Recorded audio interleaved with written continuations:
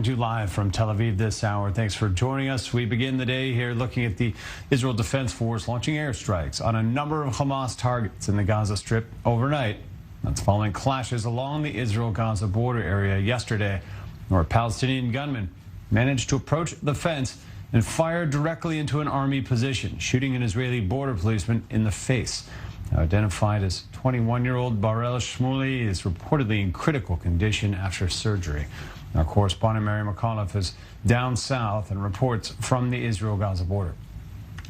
Israel overnight struck 4 targets in the Gaza Strip, striking what they said were weapons manufacturing and storage facilities used by the Hamas's terror ruling group.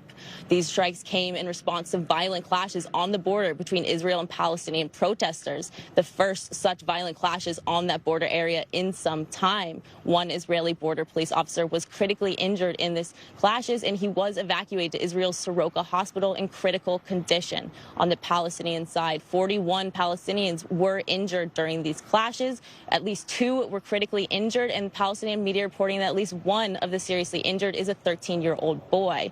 Many of the injured were struck by live fire, which was fired by Israeli forces in response to Palestinian protesters who were throwing rocks and explosives and trying to breach the Gaza-Israel border fence. These tensions come, of course, after this May flare-up between the two sides, the most serious fighting between the two groups in some time. I'm sure Israel now is bracing and hoping that it's not going to see the resumption of these protests. For more on the subject there, we're joined by Yitzhak Levanon, former Israeli ambassador to Egypt. Ambassador, always good to have you with us here. Good morning. Begin looking at Egypt a bit here. On Egypt's role in this whole situation, they've extended an invitation right now for Prime Minister Bennett to visit. Before we even really get to Gaza, how are relations between Israel and Egypt? Well, first of all, we have seen in the last 2 weeks a pivotal role coming from the Egyptian side. You know, this is contrary to what we have seen in the past. We have seen here the visit of the Minister of Intelligence coming with a special,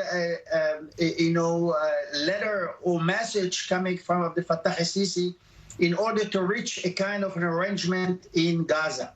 And everything looks, positive, and we have tried and we have reached a kind of understanding concerning the money, the Qatari money coming into Gaza. And suddenly yesterday, beside the fact that we have asked through the Egyptians to cancel the demonstrations in the border, Hamas keep it on. And we have to bear in mind that in this area, only Hamas controls this area. There is nobody else. So I think that with the intention, he permitted this demonstration. It was not a provocation. It was more than that. It was an attack. And the proof is that we have casualties. And this is why the tension this morning is very high. Now, given that, all that provocation, the attack, as you highlight yesterday here, coming on the heels of what was announced to be an arrangement, a type of agreement already reached, what's your sense now then for the status of those main short-term issues between Israel and Hamas, the money going to Gaza, captives on both sides? Are things broken down?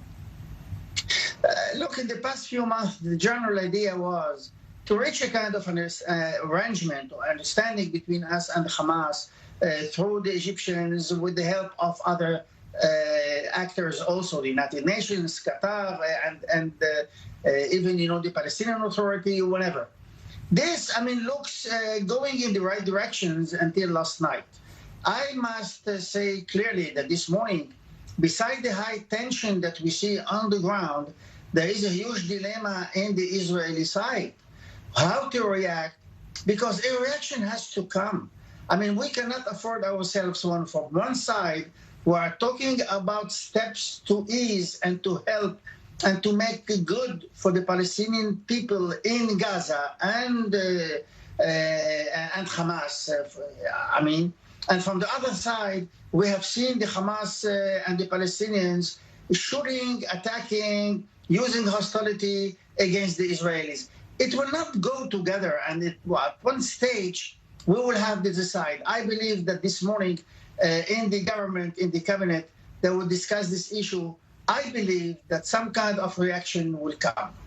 Now, as far-flung as it may be here, the big issue of the Taliban conquest now is we've seen jihadist groups worldwide overjoyed by this victory here. Is there a sense that perhaps there's an emboldened Hamas here or renewed appetite for conflict by some of these groups, Hamas included, based on what they see in Afghanistan?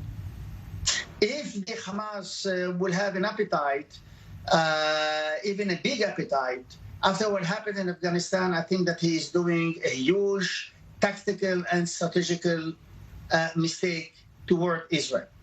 Look, what happened in Afghanistan is Afghanistan. This is a debacle. Everybody, saw the pictures. There are strong pictures.